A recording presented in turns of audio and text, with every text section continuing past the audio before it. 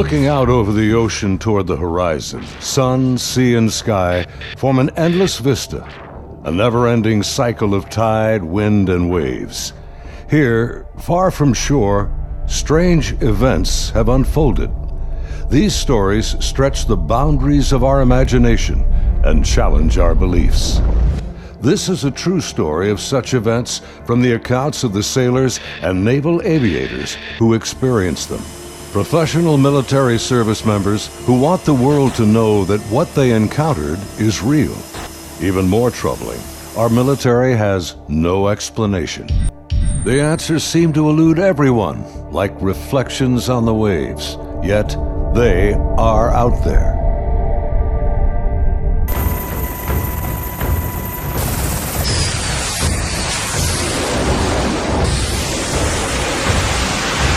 Sunday, November 14th, 2004, morning, 90 miles southeast of San Diego, California, in the Naval Operations Area, the Nimitz Carrier Strike Group and her complement of warships and the aircraft of Air Wing 11 are conducting a routine 2-week training exercise.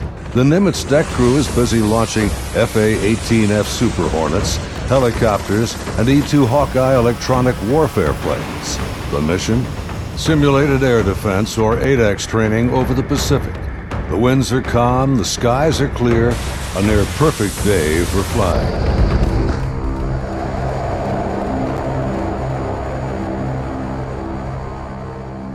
Nearby, the guided missile cruiser USS Princeton has been tracking unknown aircraft that appear and disappear from her sophisticated Aegis radar screens. The Spy-1 radar is one of the most advanced sensors ever deployed. Princeton's main role is air defense of the strike group. For the past few days, Senior Chief Kevin Day has noticed these peculiar craft appearing on his radar screen. In some cases, they seem to descend from space and then suddenly plunge to near sea level in seconds.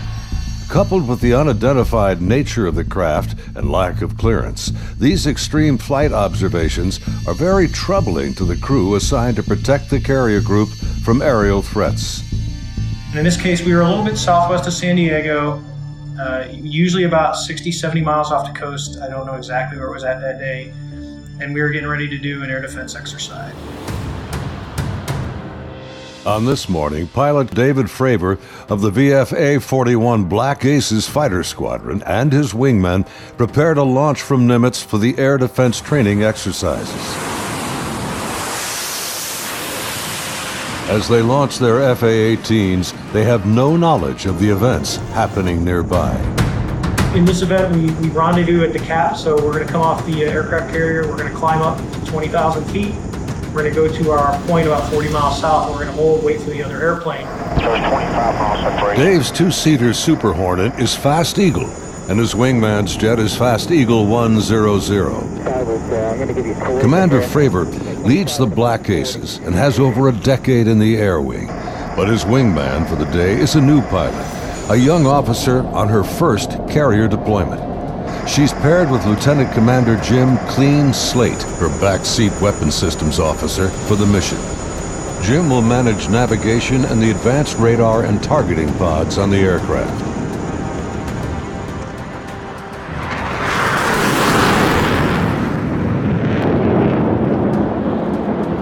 Overhead, an E-2 Hawkeye from the Wallbanger Squadron is on station directing the aircraft.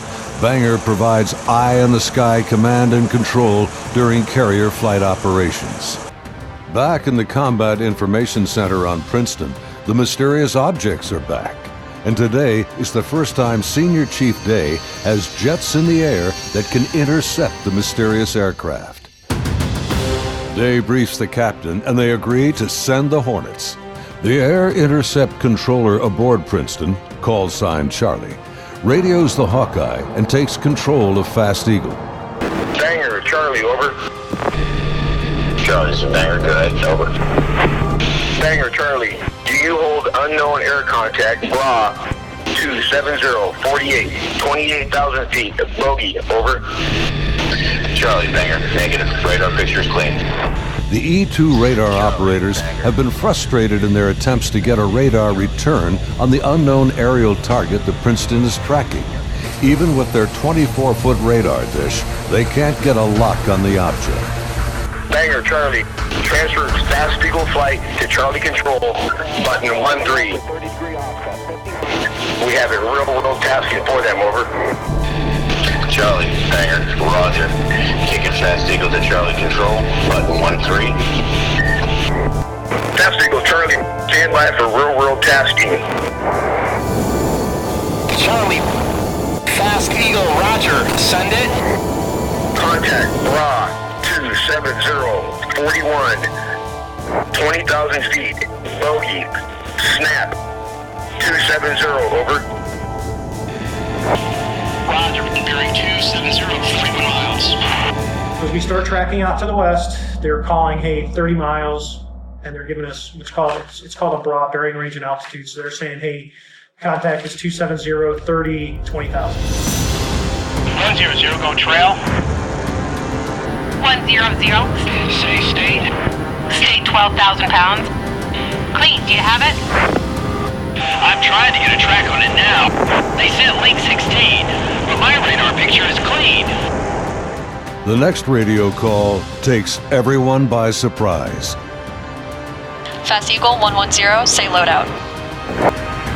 110, what's your weapons loadout?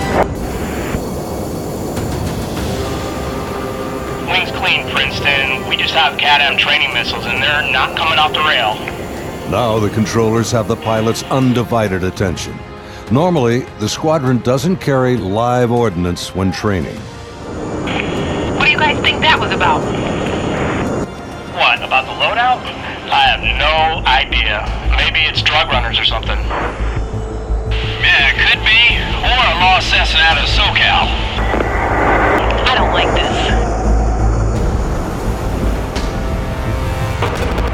Fast Eagle Charlie, contact Bra 16034, 8,000 feet. Bogey, over.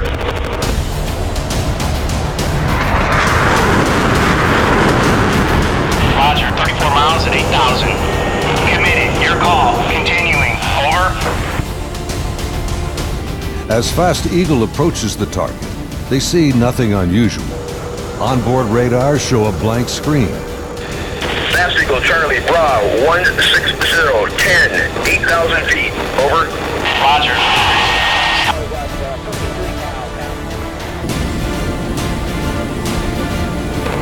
Fast Eagle Charlie, merge plot, over. When they get to a point where they call merge plot, which means the contact that we're trying to see and us are inside the resolution cell of the radar, which means they can't discern the two of us. They just see one blob. Confirm the object appears stationary. I had it at 17.7. Showing basically no airspeed on it. Hey, you guys seeing us? What is that?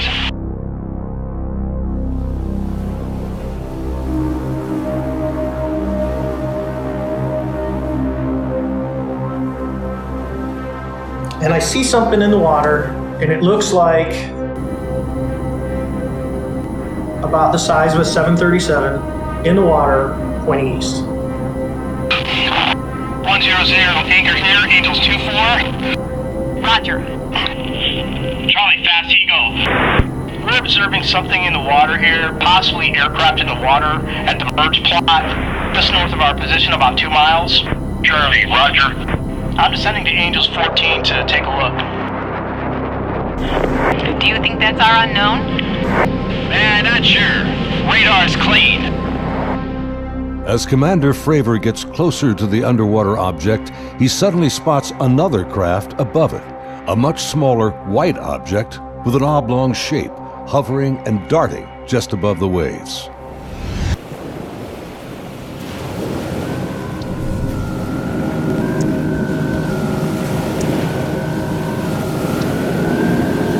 So it would be on the right-hand side of the airplane, just forward of the wing line, is this little white, which looks like a tic-tac, which is why we call it the tic-tac, and it's moving around erratically, so it's doing this.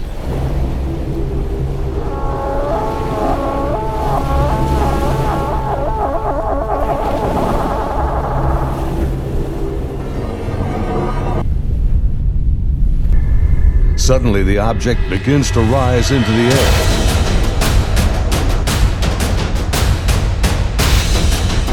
Hey, this thing just turned on my nose. It's coming up. 2 miles. The strange craft begins mirroring the turn rate of Fast Eagle. Hollywood Bogey, 287, 2 miles, Angels 5. We're coming down and it starts coming up. So it's going towards 9 o'clock, we're going towards 3 o'clock. It's starting hard, 3,000 meters. And we do this all the way around until I get all the way back towards about the 9 o'clock position. Engage.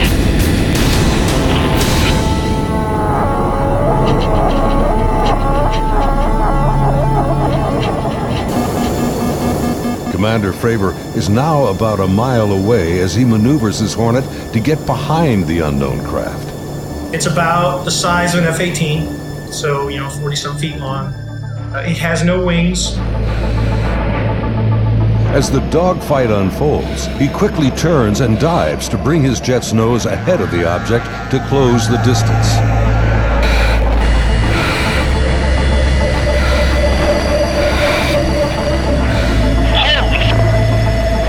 It jumped. 1,000 meters.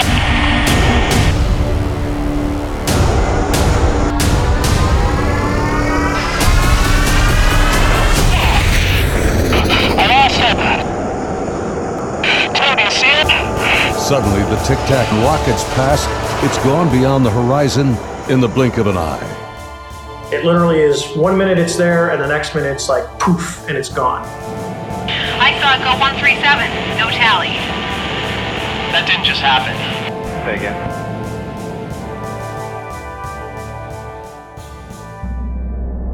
The video you are now watching is the actual gun camera FLIR footage of the Tic Tac taken by a later flight. This is the first video ever released by the U.S. government showing military planes engaging UFOs. The advanced targeting pod, known as ATFLIR, works in both TV mode and infrared mode. The film reveals no control surfaces, no exhaust plume, a uniform heat signature, and no visible means of propulsion. Commander Fravor also saw a much higher resolution FLIR film on board the carrier, which showed two L-shaped antenna-like objects protruding from the bottom of the craft. During these intercepts, Senior Chief Kevin Day reported numerous pilots encountered the Tic Tac UFOs, and at one point, he reports the sky was raining UFOs as they dropped from 28,000 feet to the sea. So we start going back to the cap, and the Princeton controller calls us up, and he says, hey, I'll never forget it. He goes, sir, Sir, you're not going to believe this, but the bogey is now back at your cap station, over. Dude, this is a fucking drone, bro. There's a whole fleet of them. Look on the ASA. My God. Just 11 years later, fighter jets from USS Roosevelt filmed this anomalous object off the coast of Florida in 2015. Well, if there's look at that thing. It's rotating. Like the Nimitz encounter, they too were conducting routine training when fleets of UFOs were encountered by the pilots. The Nimitz encounters remained cloaked secrecy for over 13 years. The first-hand testimony about UFO sightings is practically unheard of from military service members. Thanks to the brave and honest accounts of the sailors and naval aviators who have come forward to relate their experiences, and of the remarkable videos they filmed that day, the silence has been broken. If you or someone you know has witnessed unknown objects from military ships or planes, please contact us at the address on your screen. You can remain anonymous.